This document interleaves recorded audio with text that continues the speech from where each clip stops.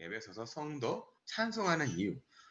성도로 부름받았는데 우리가 찬송하는 이유가 무엇인지에 대해서 이 에베소서에서 좀 잘 설명하고 있는 것 같아요. 예. 우리가 함께 읽은 이 에베소서는 아시는 것처럼 바울 사도가 소아시아, 이렇게 지금의 터키 지방이죠. 이 터키 서쪽, 이 지중해에 위치한 에베소 지역 교회에 쓴 편지예요. 특히 바울 사도가 2년간 1차로 감옥에 투옥이 되어가지고 쓴 편지라고 해서 옥중서신이라고 불립니다. 이 옥중서신이라고 하는 이 성경이 이 신약 성경에는 4개가 있어요. 4개. 이 4개 어떤 거일까요?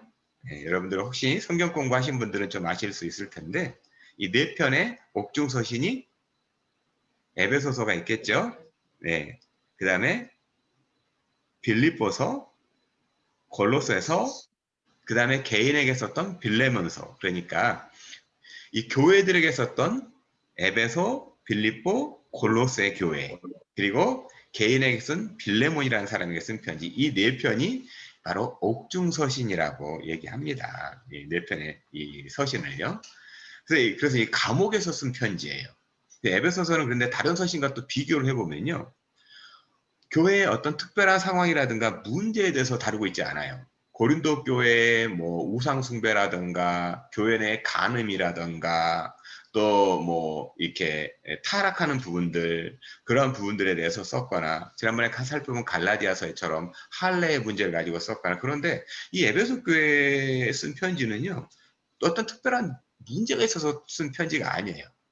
그냥 소아시, 에베소 교회와 소아시아 지역의 다른 교회들에게 격려와 도전을 하기 위해서 보낸 편지다라는 겁니다.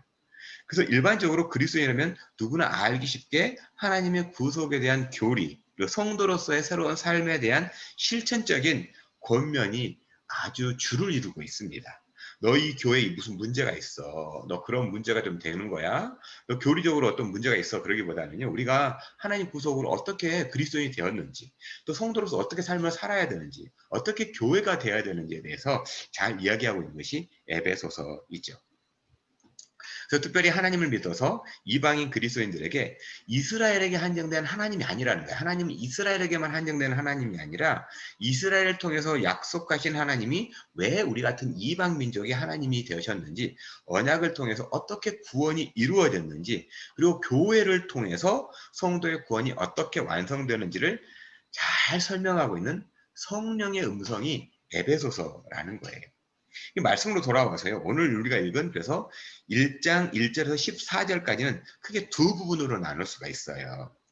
1절은요, 인사말이에요. 1절은 1, 2절이 인사말이에요. 나는 바울인데 너희들에게 인사합니다. 여러분들에게 그리스도 안에서 문안을 합니다. 라고 하는 인사말이에요.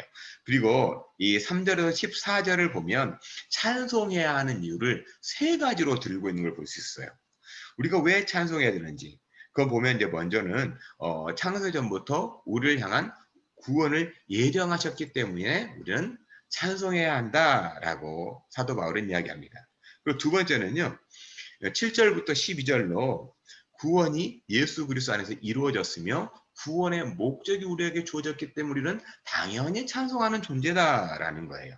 세 번째는 우리의 구원은 성령의 인치심, 즉 성령의 보증이다. 이것은 13절, 14절에서. 그러니까 첫 번째는 3절부터 6절까지 해서 우리를 예정하셨기 때문에, 우리를 구원하려고 예정하셨기 때문에 우리는 당연히 그래서 구원을 받은 존재들이기 때문에 찬양해야 되는 존재이고, 그 구원이 예수 그리스도 안에 이루어졌기 때문에 찬양해야 되고, 그리고 또한 그 구원이 어떻게 되냐면 성령으로 인을 쳤다. 그러니까 성령으로 확증이 시켰기 때문에 우리는 당연히 찬송하는 존재다라는 거예요. 우리가 찬송하는 이유에 대해서 내 기분이 좋으면 룰루랄라 부르는 찬송, 내가 기분이 속상하면 그놈의 찬송 왜 하냐? 그게 아니라 우리의 찬송은 우리의 기분이나 감정, 어떤 욕구에 좌우되지 않는다는 거예요. 이거는. 그래서 우리는 당연히 찬송하는 존재다라는 거예요. 그래서 하나님은 타락한 인간을 아시고 구원을 예정하셨으며 예수 그리스도로 인해서 구원을 이루셨고 성령으로 분명히 확증하셨음에 대한 우리의 반응은 찬송이다라는 겁니다. 우리의 감정이나 기분 좋고 나쁨이 아니라 그냥 우리는 어떨 때든지 찬송할 수 있어야 한다는 거죠. 이처럼 분명하고 확신 있게 선포하는 것은 이 사도 바울이 자신이 사람들이 보낸 사도가 아니라 하나님으로부터 보내심을 받은 사도라고 하는 인사말 1, 2절에서 밝히고 있기 때문이에요. 내가 이렇게 여러분들이 찬송할 수 있는 이유에 대해서 말하는 것은 내가 사람들에서 보내심 받은 것이 아니라 하나님에 의해서 하나님 성령께서 나에게 이렇게 말씀해 주시라고 여러분에게서 말하기 때문에 그러니까 저도 여러분들에게 이렇게 말씀을 전하는 거 또 성령 찬송하라고 하는 이유에 대해서 내가 목사니까 사람이니까 뭐 찬송도 못하지만 그래서 찬송해야 하니까 의무가 아니라 하나님께서 우리에게 명령하시기 때문에 그를 저라고 하는 나라고 하는 사람의 입술을 통해서 여러분들에게 대신 전해주고 있는 겁니다. 이것이 바로 사도 바울이 그런 마음을 가지고 전해주고 있는 거예요. 이것으로 그리고 자신의 사도됨이 어떤 의지나 어떤 계획 그것으로 인해서 사도된 것이 아니라 하나님의 뜻과 의지로 된 것, 단지 하나님의 뜻을 따라서 전하는 자다라고 하는 분명한 정체성인 것을 확신하게 하나님의 구원을 선포하는 거죠. 그래서 사도 바울이 이렇게 분명히 이 에베소서를 시작하면서 이렇게 얘기하잖아요. 하나님의 뜻으로 말미암아, 하나님의 뜻으로 말미암아예요. 그리스도 예수의 사도된 바울이라고 얘기하잖아요. 그러면서 누구에게 편지한다고요? 에베소에 있는 성도들과 그리고 누구에게 편지합니까? 그리스도 예수 안에 있는 신실한 자들에게 편지한다. 즉 이 말씀을 통해서 자신의 정체성, 바울의 정체성에 대해서 분명히 알 수 있고요. 그 분명히 정체성을 알고 있기 때문에 그의 삶의 목적이 무엇인지 그는 확신하고 있음을 보게 되지요. 그러면서 이것은 에베소 교회만 쓴 편지가 아니라 그리스도 예수 안에 있는 신실한 자들에게 편지한다. 이것이 바로 지역을 넘고 시간을 넘어서 지금 우리가 읽고 있는 저와 여러분들에게 주시는 말씀이 되는 거예요. 단지 에베소 사람들, 2000년 전에 그 에베소 사람들에게만 준 게 아니에요. 지금, 현재 이 말씀을 읽고 있는 저와 여러분들에게 동일하게 주는 말씀이라는 겁니다. 그리고 나서 3절부터 14절은 우리말이나 영어로 보면 12개의 절로 나뉘어가지고 그렇지 헬라어 원어로 보면 긴 한 문장이에요. 정말 길죠. 문장 하나예요. 문장 하나. 문장 하나로 됐습니다. 근데 이 문장을 잘 살펴보면 13절에서 3절에 시작할 때 찬송하리로다 라고 시작합니다. 그리고 문장을 마무리하는 14절을 보면 찬송하게 하려 하십니다 라고 말합니다. 그러면 또 중간 6절에서 또 12절에서 찬송하게 하려 하십니다. 우리를 부르시는 이유. 우리가 그리스도인 된 이유. 우리가 예수 그리스도로 말미암아서 구원받은 그 이유가 우리를 찬송하게 하는 자. 우리가 우리 안에 찬송을 하게 하는 그러한 존재로 불렀다는 거예요. 그러면서 세 가지 구체적인 그 찬송의 이유에 대해서 말합니다. 아까 잠깐 살펴보았는데 그게 3절부터 6절에 나오는 내용이에요. 3절부터 6절인데 다시 한번 읽어볼까요? 우리가 찬송하는 이유요. 한번 같이 읽어볼까요? 같이 읽겠습니다. 찬송하리로다. 하나님, 곧 우리 주 예수 그리스도의 아버지께서 그리스도 안에서 하늘에 속한 모든 신령한 복을 우리에게 주시되 곧 창세 전에 그리스도 안에서 우리를 택하사 우리로 사랑 안에서 그의 앞에 거룩하고 흠이 없게 하시려고 그 기쁘신 뜻대로 우리를 예정하사 예수 그리스도로 말미암아 자기의 아들들이 되게 하셨으니 이는 그가 사랑하시는 자 안에서 우리에게 거저 주시는 바 그의 은혜의 영광을 찬송하게 하려는 것이라. 다시 한번 더 읽어볼까요? 우리가 찬송해야 하는 이유가 왜 있는지 여러분들 좀 생각을 하고 천천히 한번 다시 한번 읽어봅시다. 찬송하리로다.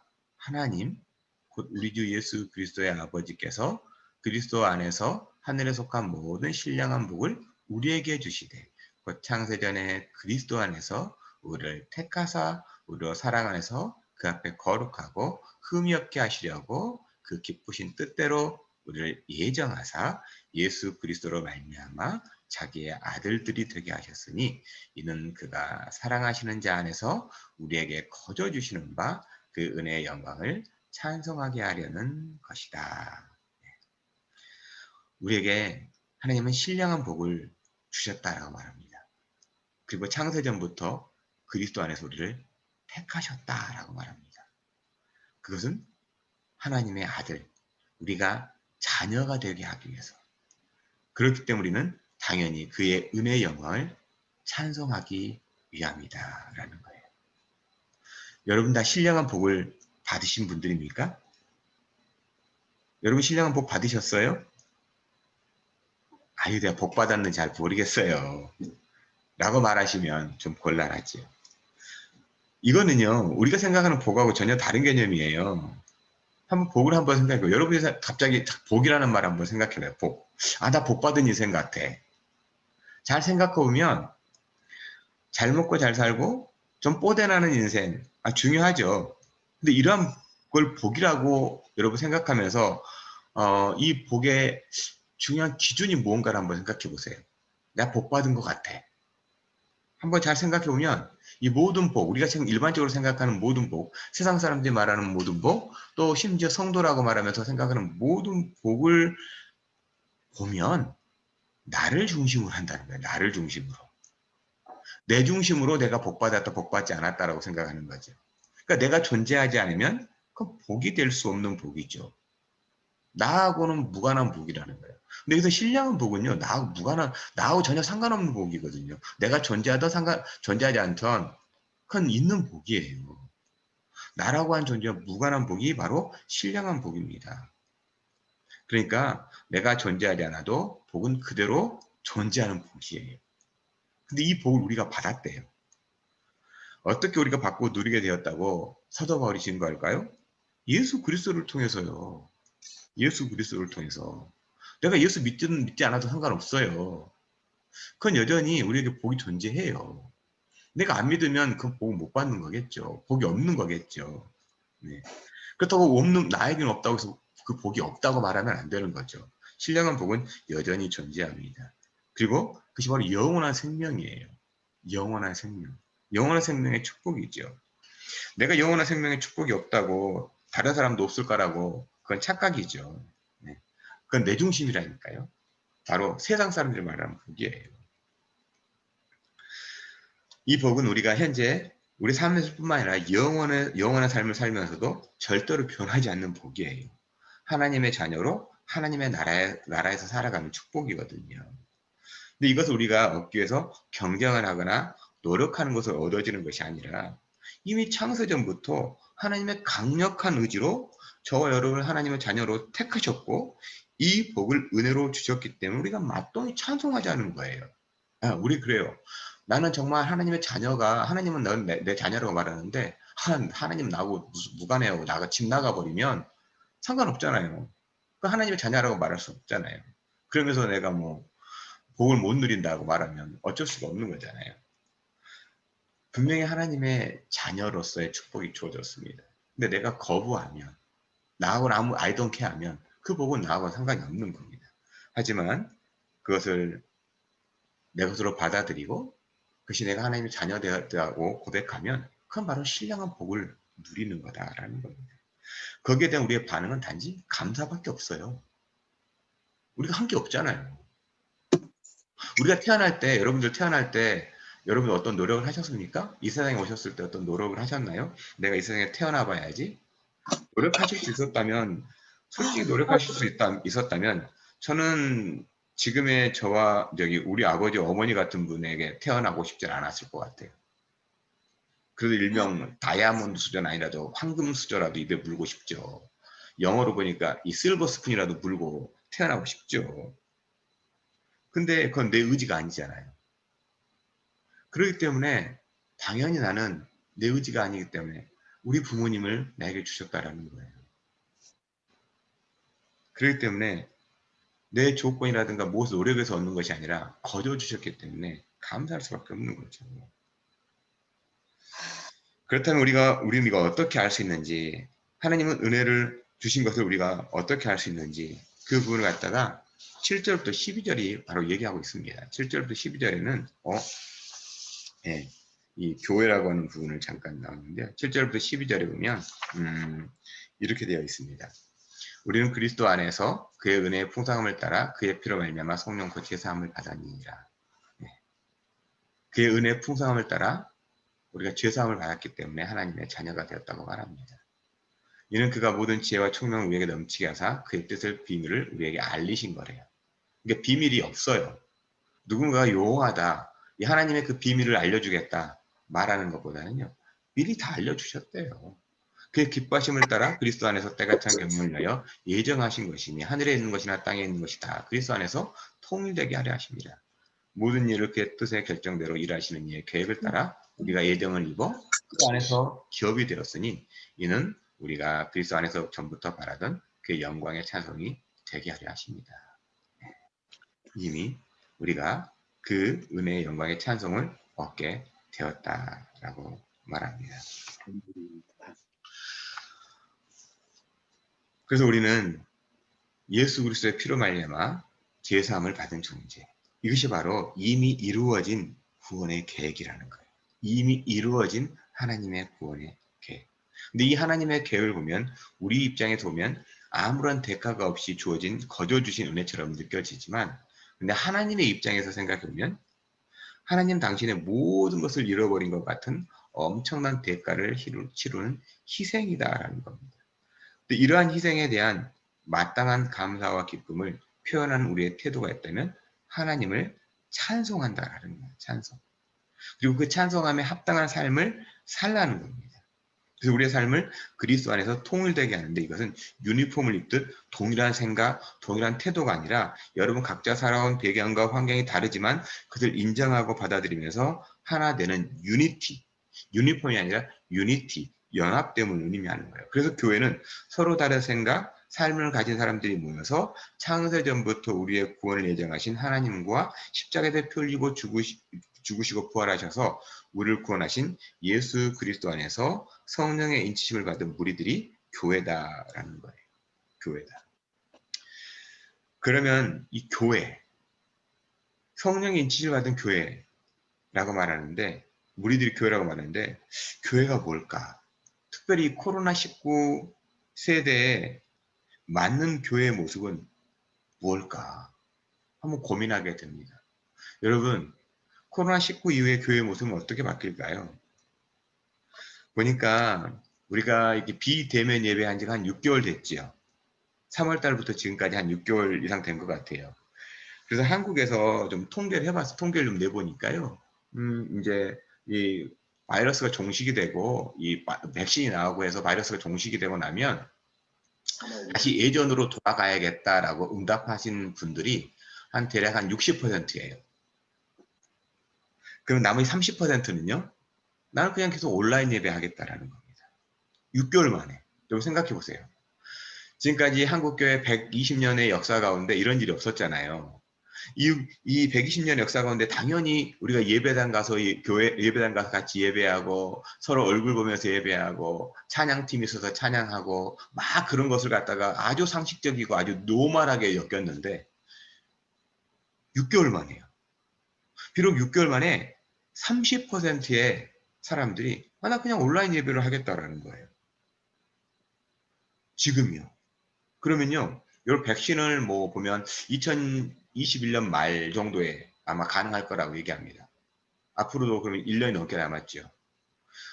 그래서 이 코로나 바이러스 종식이 되는 한 2023년, 늦게는 한 2023년까지 잡아놓고 보면 여러분 2023년까지 교회가 계속해서 이렇게 예배하게 되면 온라인으로 예배하겠다는 사람들이 얼마나 나올 것 같아요? 여러분. 모르죠?